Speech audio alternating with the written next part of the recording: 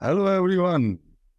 आप लोगों को, जो लोग तैयारी कर रहे हैं कॉम्पिटिटिव एग्जाम की, एईडीओ की, बिहार पब्लिक सर्विस कमीशन, इसमें जनरल स्टडीज में इंडियन हिस्ट्री से संबंधित सवाल पूछे जाते हैं और इंडियन हिस्ट्री की बहुत ही महत्वपूर्ण भूमिका होती है।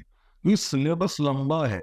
प्रारंभ से लेकर 1947 तक के इतिहास से प्रश्न पूछे जाते हैं, जिसमें हम लोग कैटेगरी वाइज प्राचीन भारत, मध्यकालीन भारत और आधुनिक भारत, इन तीनों सेक्शन से क्वेश्चंस होते हैं, है ना।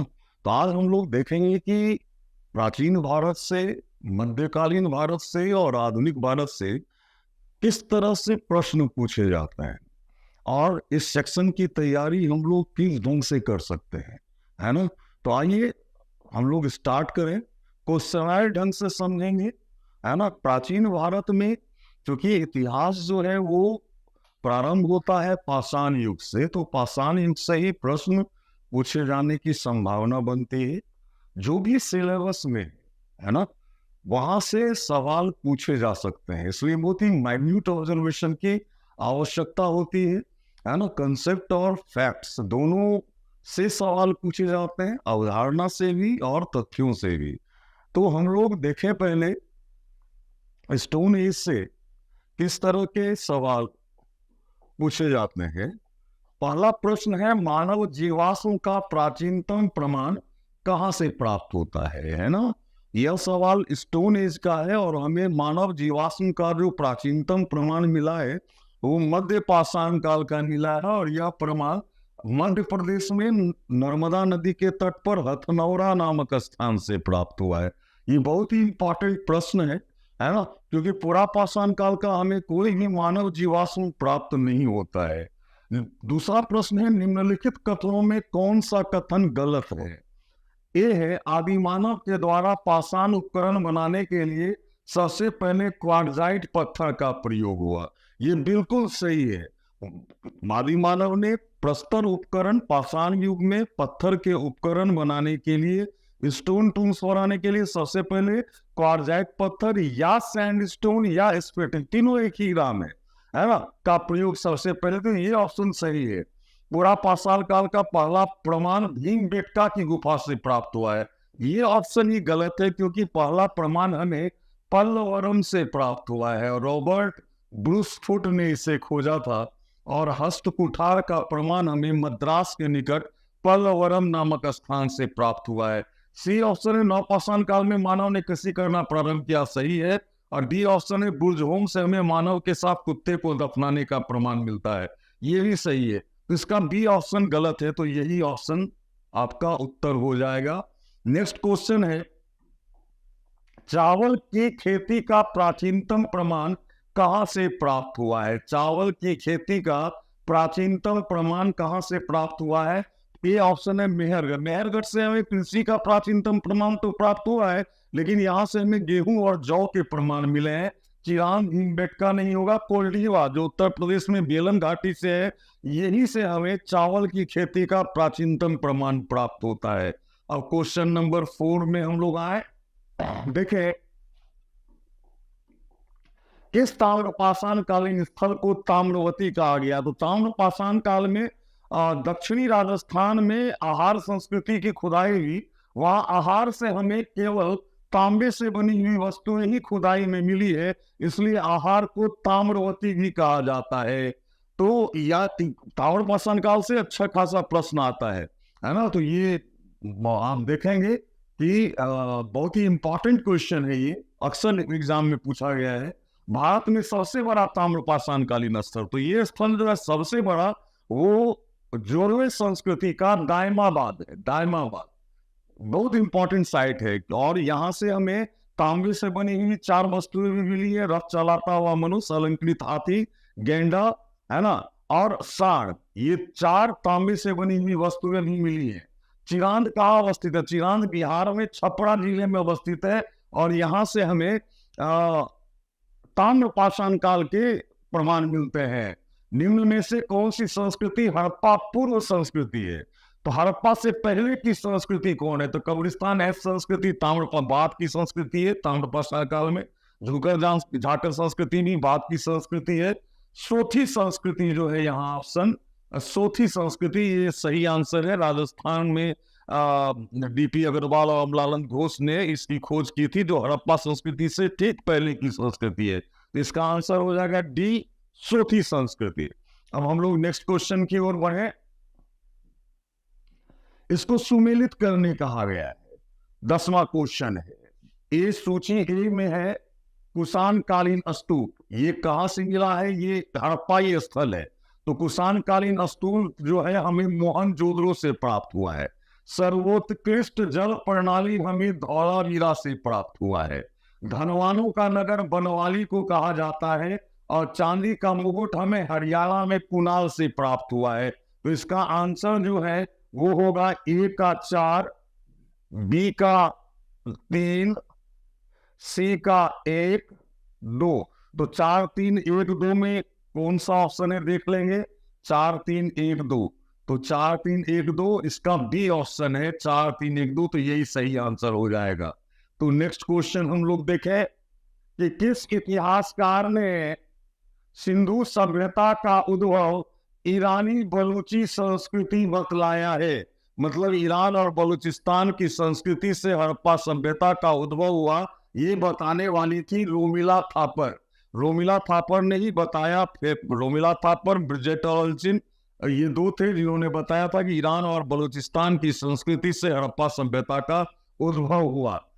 नेक्स्ट क्वेश्चन है किस हड़प्पाई स्थल को 9 बार बसाया गया? तो मोहनजोदड़ो। मोहनजोदड़ो बाढ़ से 9 बार नष्ट हुआ और 9 बार इसे बसाया गया।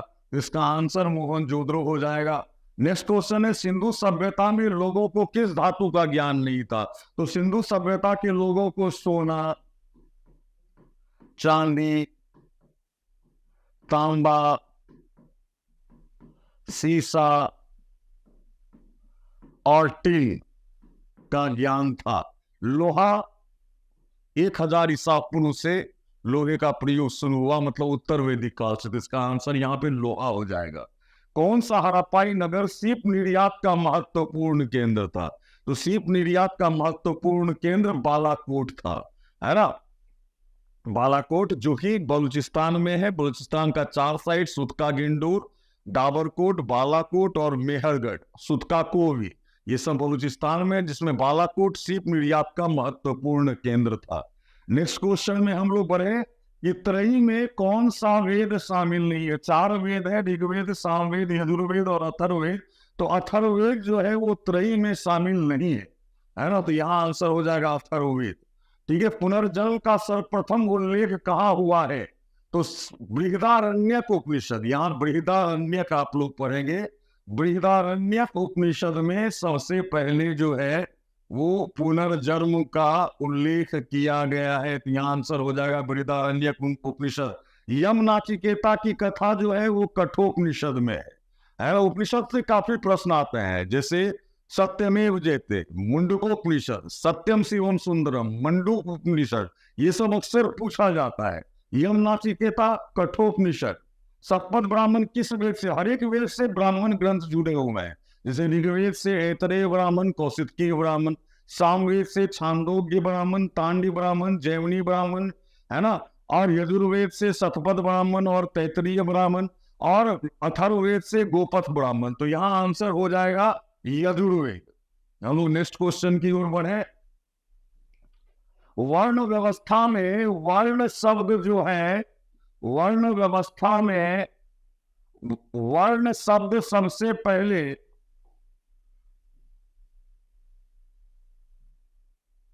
वर्ण व्यवस्था में वर्ण शब्द सबसे पहले किस अर्थ में आया? वर्ण शब्द सबसे पहले आया वर्ण व्यवस्था में रंग के अर्थ में, उसके बाद कर्म के अर्थ में, फिर रक्त के अर्थ में। तो यहां डी आंसर रंग हो जाएगा, है ना। ऋग्वेद में, यहां पे ऋग्वेद है, ऋग्वेद में आर्य शब्द की चर्चा, आर्य शब्द की चर्चा कितनी बार की गई है? तो ऋग्वेद में आर्य शब्द की चर्चा 33 बार की गई है।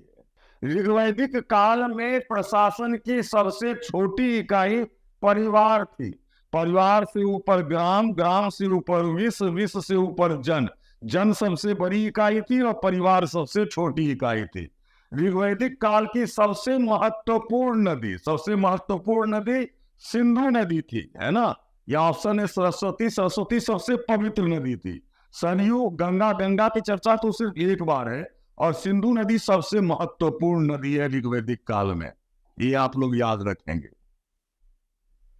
23 में देखिए, 23 में ऋग्वेद में कई नदियों का नाम दिया हुआ है, जिसकी तुलना करना है आधुनिक नदी से, करना है कि अभी उसका नाम क्या है। तो गोमती नदी जो है वो गोमल नदी का ये नाम है। अस्कनी चेनाब का नाम है। पुरुषनी रावी नदी को कहा गया, क्रूमु कुर्रम नदी को। तो 1 2 3 4 यही ऑप्शन हो जाएगा। हम लोग देखें 1 2 3 4 किसमें है, तो A option, B option, C option में 1 2 3 4, तो ये सी ऑप्शन जो है वो सही हो जाएगा। नेक्स्ट हम लोग जाएं।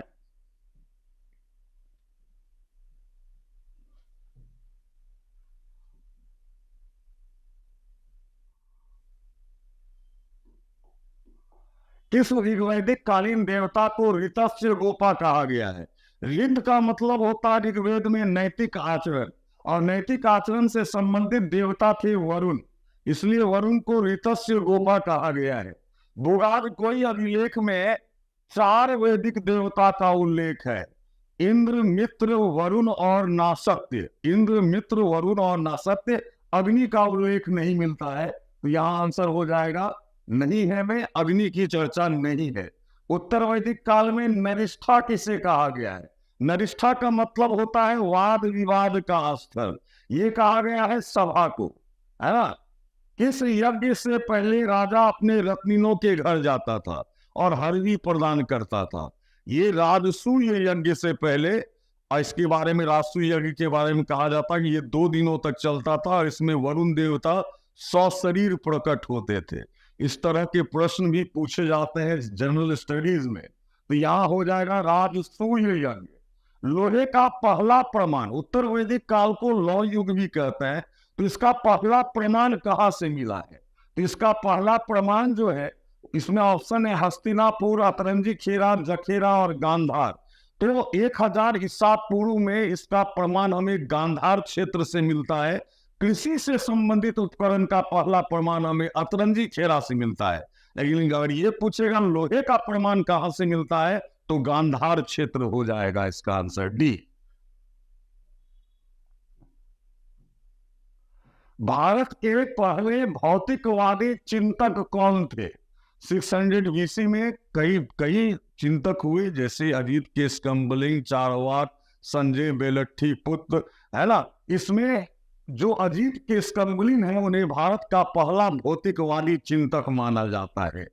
इसके आक्रमण के भय से अजात शत्रु ने राजगृह का दुर्गीकरण करवाया था। तो अवंती राज्य के आक्रमण के भय से अजात शत्रु ने राजगृह का दुर्गीकरण करवाया था। जैन साहित्य में मगध के किस शासक को श्रेणिक कहा गया है? तो बिंबिसार को श्रेणिक कहा गया है ना। और अजात शत्रु को कुनिक कहा गया है। महाजनपद काल में किस गणतंत्र में दास नहीं होते थे? तो मूसिक वंश एक ऐसा गणतंत्र था जहां दास नहीं पाए जाते थे।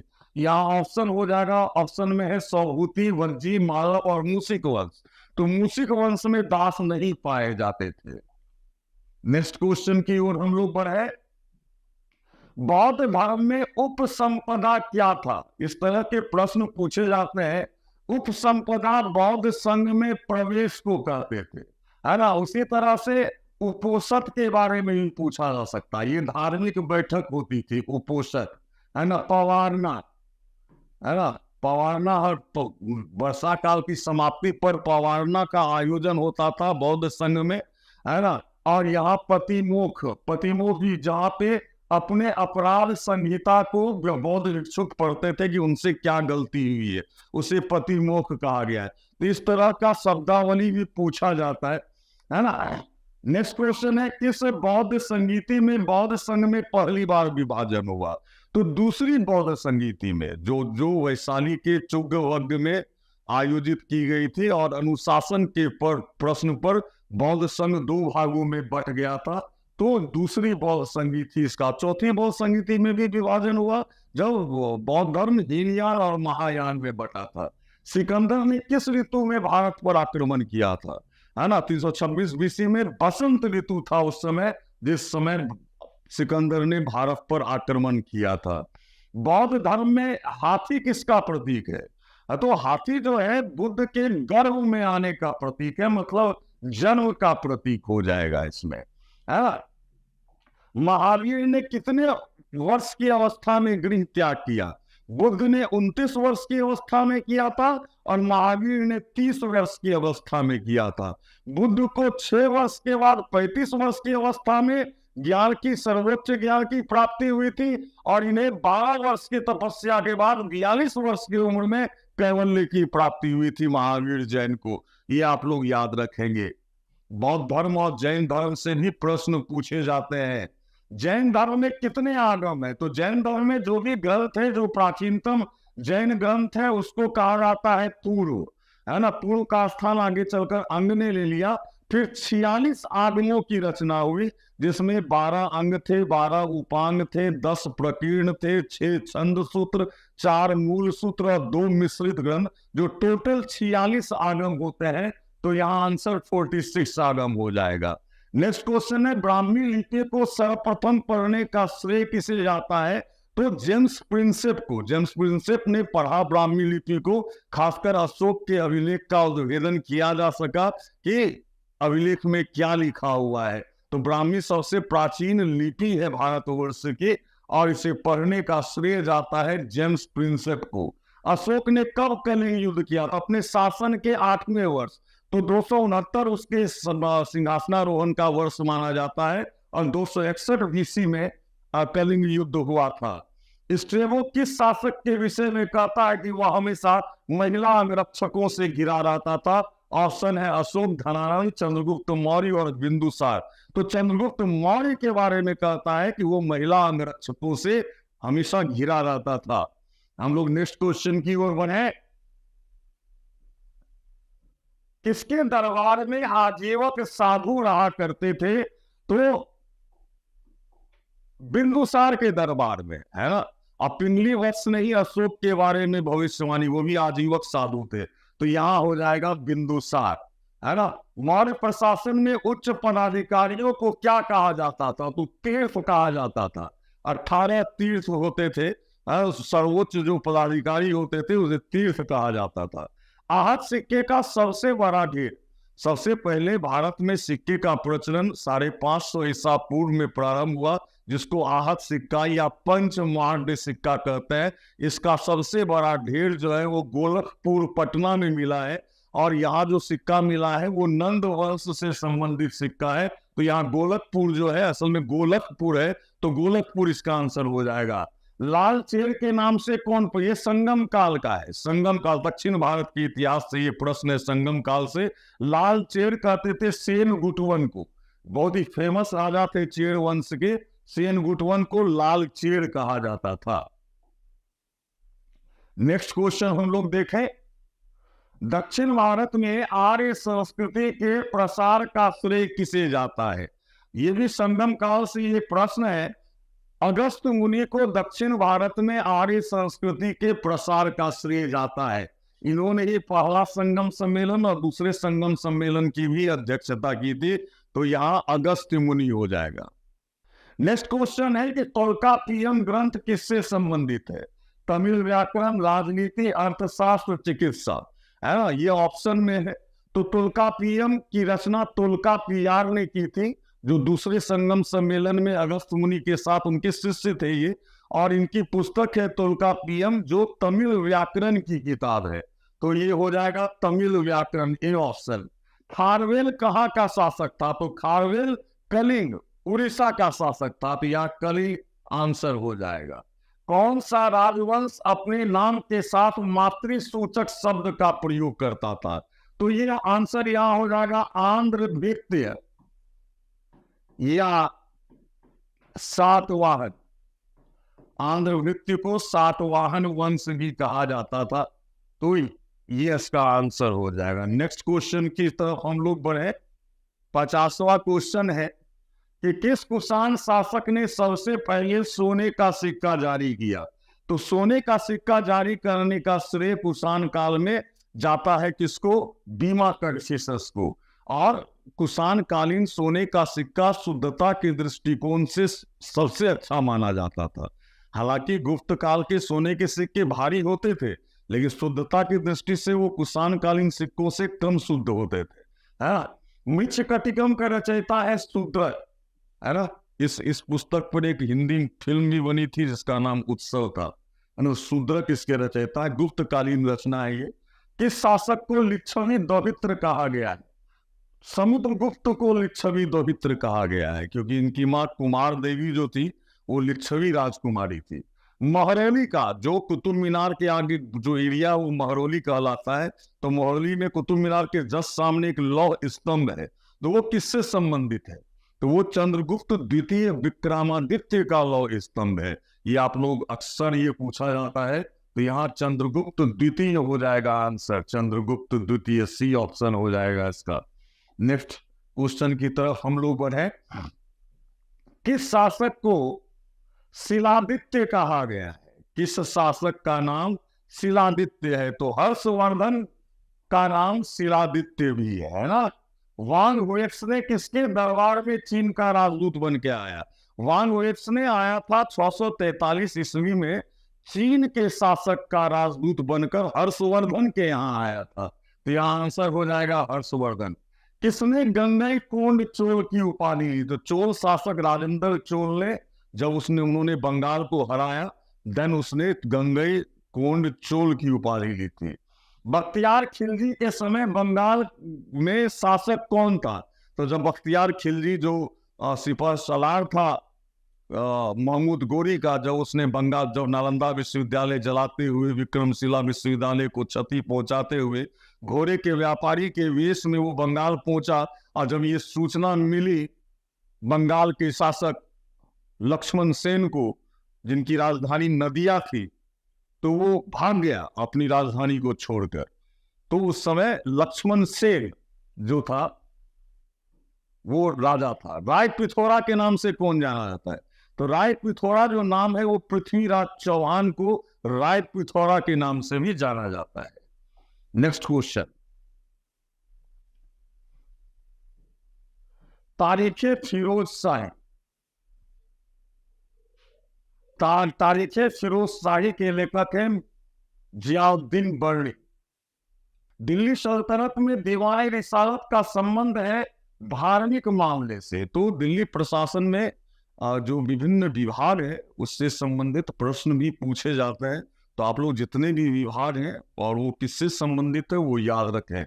किस सुल्तान ने इक्ता व्यवस्था को व्यवस्थित रूप दिया था? तो इक्ता व्यवस्था हालांकि तुर्क में था ही, तुर्कियों में शासन में, लेकिन भारत में इल्तुतमिश जो है इस व्यवस्था का जनक माना जाता है, इल्तुतमिश को।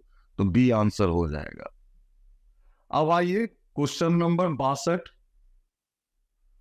तराइन का दूसरा युद्ध, पहला युद्ध में तो पृथ्वीराज चौहान ने हरा दिया था महमूद गोरी को, लेकिन दूसरे युद्ध में हार गया था पृथ्वीराज चौहान। और यहाँ पे कुतुबुद्दीन ऐबक है, तो यहाँ गोरी होना चाहिए, लेकिन कुतुबुद्दीन ऐबक है तो यही आंसर होगा, है ना। और अलाउद्दीन खिलजी के बाजार नियंत्रण का उद्देश्य था सैनिकों को सस्ता राशन। बर्नी कहता भी है कि सैनिकों के लाभ के लिए ही बाजार नियंत्रण व्यवस्था शुरू की गई थी। तवकाते नासरी, तवकाते नासरी के लेखक है मिनहाज उस सिराज। नेक्स्ट क्वेश्चन हम लोग जाएं। दिल्ली सल्तनत में खुत और मुकद्दम किस, खुत मुकद्दम चौधरी, ये तीन थे जो मध्यस्थ की भूमिका निभाते थे, और यहाँ पर ग्राम प्रधान इसका आंसर हो जाएगा। खुत मुकद्दम चौधरी कहते थे उसको। किस सुल्तान के काल में मंगोल आक्रमण का सफलतापूर्वक सामना किया गया? तो बलबन और अलाउद्दीन खिलजी के समय में सबसे अधिक मंगोल आक्रमण हुए थे, तो यहाँ पे अलाउद्दीन खिलजी हो जाएगा, है ना। दीवाने इंसा का प्रमुख काम था, दीवाने इंसा शाही पत्राचार से संबंधित विभाग था दिल्ली सल्तनत में। नेक्स्ट क्वेश्चन हम लोग बढ़े। दिल्ली सल्तनत काल की पहली मस्जिद। हालांकि ये जो सुल्तान आए थे अपने साथ कोई मजदूर मिस्त्री तो लाए नहीं थे, वो लोग यहाँ के मंदिरों को तोड़कर ही ऊपर में गुंबद बना देते थे। जैसे कि कुब्बतुल इस्लाम मस्जिद जो है, जहाँ पे अभी कुतुब मीनार है वही है, और यही पहली मस्जिद थी कुब्बतुल इस्लाम मस्जिद। मुगल स्थापत्य में चारवार शैली को बाबर ने ही विकसित किया था। किस सुल्तान के काल में अलाई दरवाजा का निर्माण अलाउद्दीन खिलजी ने करवाया था? ये भी आपको मिल जाएगा कुतुब मीनार के ठीक सामने अलाई दरवाजा भी है ना, तो जिसका निर्माण करवाया था अलाउद्दीन खिलजी ने। कौन सा स्मारक दिल्ली स्थापत्य का उदाहरण नहीं है? तो कुतुब मीनार तो है, जिसको कुतुबुद्दीन ऐबक ने प्रारंभ करवाया, इल्तुतमिश ने पूरा करवाया। हौज खास भी है, तुगलकाबाद किला भी है। ताजमहल तो शाहजहां ने बनवाया है, तो ताजमहल नहीं होगा। मुगल स्थापत्य के किस विशेषता का सर्वाधिक विकास शाहजहां के काल में हुआ? तो लाल बलुआ पत्थर का प्रयोग, ये तो हुआ था, नहीं उसके पहले भी अगर आगरा का लाल किला देखे तो वो अकबर ने बनवाया था, वो भी लाल बलुआ पत्थर। सादा स्थापत्य शैली, संगमरमर और पित्रादुरा, ये दिस इज राइट आंसर है ना। संगमरमर का बहुतायत प्रयोग शाहजहां के समय में हुआ, और पित्रादुरा भी कहते हैं संगमरमर की पतली पिचकारी को। इसका सबसे पहला प्रयोग हुआ था एतमातुद्दौला के मकबरा में, है ना। तो एतमातुद्दौला के मकबरा में संगमरमर एवं पित्रादुरा जो है, ये सही आंसर हो जाएगा। मुगल साम्राज्य की स्थापना भारत में बाबर ने की थी, फरगना के शासक थे। 1526 में पानीपत की पहली लड़ाई में अंतिम दिल्ली सल्तनत के सुल्तान इब्राहिम लोदी को उन्होंने परास्त किया था और मुगल सत्ता की स्थापना भारतवर्ष में की थी। तुर्क के बाबरी किस भाषा में? तो उनकी मातृभाषा थी बाबर की चगताई तुर्क, तो इसका आंसर हो जाएगा तुर्की। अकबर के नवरत्नों में कौन शामिल नहीं थे? बीरबल थे, तानसेन थे, और मीराबाई नहीं थी। भाई मीराबाई कहां से होंगी उनके नवरत्न में? अकबर द्वारा लागू भूमि अवस्था को किसने व्यवस्थित रूप दिया? तो यहाँ पे टोडरमल हो जाएगा, इनकी बहुत महत्वपूर्ण भूमिका रही थी। किस मुगल शासक को जिंदा पीर कहा जाता है? तो औरंगजेब को जिंदा पीर के नाम से। और कुछ ऐसी बातें हैं, जैसे औरंगजेब ने दोबारा जजिया कर भी लगाया था, है ना, और औरंगजेब ने साहित्य लेखन पर प्रतिबंध भी लगा दिया था। तो औरंगजेब से कई क्वेश्चंस आते हैं, है ना। तो जिंदा पीर भी जो है वो औरंगजेब को कहा जाता है। नेक्स्ट क्वेश्चन की ओर हम लोग बढ़े। पानीपत का दूसरा लड़ाई जो था वो हेमू और अकबर के बीच लड़ा गया था 1556 में। इसमें बी ऑप्शन जो है वो सही हो जाएगा, अकबर और हेमू, है ना। तुजुक जहांगीरी जहांगीर की आत्मकथा है, तो यहाँ जहांगीर आंसर हो जाएगा। बंगाल का स्थायी बंदोबस्ती कॉर्नवालिस ने लागू किया था, परमानेंट सेटलमेंट, जिसको जमींदारी व्यवस्था भी कहते हैं, है ना। सूर्यास्त कानून भी इसी के साथ पारित हुआ था। 3 तरह की व्यवस्था थी, रैयतवारी, महालवारी और स्थायी बंदोबस्ती। तो स्थायी बंदोबस्ती कॉर्नवालिस ने लागू किया था। बंगाल विभाजन कर्जन के समय में हुआ था 1905 में। मॉडर्न इंडिया से अच्छे खासे प्रश्न पूछे जाते हैं भाई। 1857 के विद्रोह की शुरुआत कहां से हुई थी? तो सिपाही विद्रोह या 1857 के विद्रोह की शुरुआत जो हुई थी वो मेरठ से हुई थी, है ना। ठीक है, 1857 के विद्रोह में झांसी का नेतृत्व रानी लक्ष्मीबाई ने किया था। 1857 के विद्रोह का तात्कालिक कारण क्या था? तत्कालिक कारण था कि ब्राउन बेस की जगह, राइफल की जगह जब इनफील्ड राइफल का प्रयोग शुरू किया गया जनवरी 1857 से, तो उसमें जो कारतूस होता था उसमें एक सील होता था जो जिसमें गाय और सूअर की चर्बी लगाई जाती थी। और जब यह बात फैली तो ये विद्रोह का तात्कालिक कारण बना था। तो चर्बी युक्त कारतूस इसका आंसर हो जाएगा। नेक्स्ट क्वेश्चन की ओर हम लोग बढ़े। भारतीय राष्ट्रीय कांग्रेस की स्थापना 1885 में बॉम्बे में गोकुलदास तेजपाल संस्कृत विश्वविद्यालय में हुई थी, महाविद्यालय में सॉरी। और इसको कांग्रेस नाम दादा भाई नौरोजी ने दिया था। पहले अध्यक्ष इसके व्योमेश चंद्र बनर्जी थे और इसके संस्थापक एओ ह्यूम थे, है ना। कांग्रेस की स्थापना किसने की? तो एओ ह्यूम संस्थापक वही थे। भारत सरकार अधिनियम 1858 जो था ना, उसमें ईस्ट इंडिया कंपनी के हाथों से भारत की सत्ता ले ली गई थी और भारत की सत्ता ब्रिटिश क्राउन में निहित कर दी गई थी। सबसे इंपॉर्टेंट बात यही थी। तो कंपनी शासन की समाप्ति हो गई थी भारत में। नेक्स्ट क्वेश्चन की ओर हम लोग बढ़े। भारत सरकार अधिनियम 1935 की विशेषता ये थी कि द्वैध शासन जो प्रांतों में लगाया गया था उसको समाप्त कर दिया गया था। तो यहाँ द्वैध शासन की समाप्ति आंसर हो जाएगा। ब्रह्म समाज की स्थापना राजा राम मोहन राय ने की थी, है ना। आर्य समाज की स्थापना 1875 में की गई थी, 1875 में। इसका आंसर 1875 हो जाएगा। असहयोग आंदोलन 1920 और जुड़वा आंदोलन था ये, मतलब खिलाफत आंदोलन भी इसके साथ चला था 1920 में। दांडी मार्च जो था 1930 में हुआ था, दांडी मार्च। अब भारत छोड़ो आंदोलन का नारा दिया था महात्मा गांधी ने, है ना। नेक्स्ट क्वेश्चन, आजाद हिंद फौज का गठन। देखिए, आजाद हिंद फौज की स्थापना एक्चुअली कैप्टन मोहन सिंह और निरंजन सिंह गिल ने किया था। रास बिहारी बोस जो थे इसके सूत्रधार थे, लेकिन जब कैप्टन मोहन सिंह को गिरफ्तार कर लिया गया तब सुभाष चंद्र बोस ने पुनः आजाद हिंद फौज की स्थापना की। क्योंकि इस ऑप्शन में कैप्टन मोहन सिंह या निरंजन सिंह गिल नहीं है, सुभाष चंद्र बोस हैं। तो यहाँ आंसर सुभाष चंद्र बोस हो जाएगा। स्वराज मेरा जन्मसिद्ध अधिकार है और हम इसे पाकर रहेंगे, ये बाल गंगाधर तिलक का ये उक्ति है, तिलक का।